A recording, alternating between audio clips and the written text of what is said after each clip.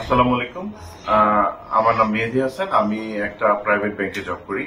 আমি গত 2 অগাস্ট শনিবার রাত 12:30টার সময় আমার ছেলেকে ইমার্জেন্সিতে নিয়ে আসি। তখন আমার ছেলের অবস্থা মানে খুব গুরুতর ছিল। তো সেই সময় আসলে আমি এবং আমার স্ত্রী এতটাই নার্ভাস এবং খুব টেনশনে ছিলাম যে আমার ছেলেকে নিয়ে কি করব আমরা বুঝে উঠতে পারছিলাম না। ঠিক সেই সময় ইয়র্ক হসপিটালের ইমার্জেন্সি ডক্টর, নার্স এইসব এবং ওনারা ওনাদের হচ্ছে যে যিনি বিশেষজ্ঞ ডক্টর ছিলেন, শিশু বিশেষজ্ঞ ডক্টর উম্মে হাবিব আজমেরি ম্যাডাম, ওনারা রাত 1টার সময় ওনারা ইমার্জেন্সিতে নিয়ে এসেছে। তো সে সময় আসলে আমরা এতটা সাপোর্ট পেয়েছি ওনাদের কাছ থেকে, যেটা আমরা আসলে আশা করিনি।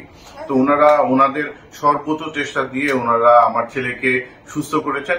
ওনারা শুধু ডাক্তার এবং নার্স হিসেবে না, ওনারা একজন আমার ছেলের অভিভাবক হিসেবে ওনারা আমার ছেলেকে সুস্থ করেছেন।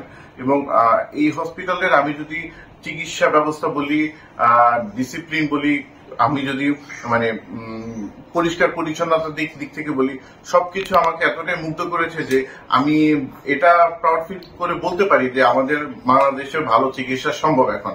তো আমি সর্বোপরি এটা বলতে চাই যে আমি এই হসপিটালের সবাইকে আমার আন্তরিক ধন্যবাদ জানাতে চাই, যে হচ্ছে যে ওনারা যাতে এই চিকিৎসা ব্যবস্থাটা সামনে আরো আগে নিয়ে যেতে পারে। Thank you.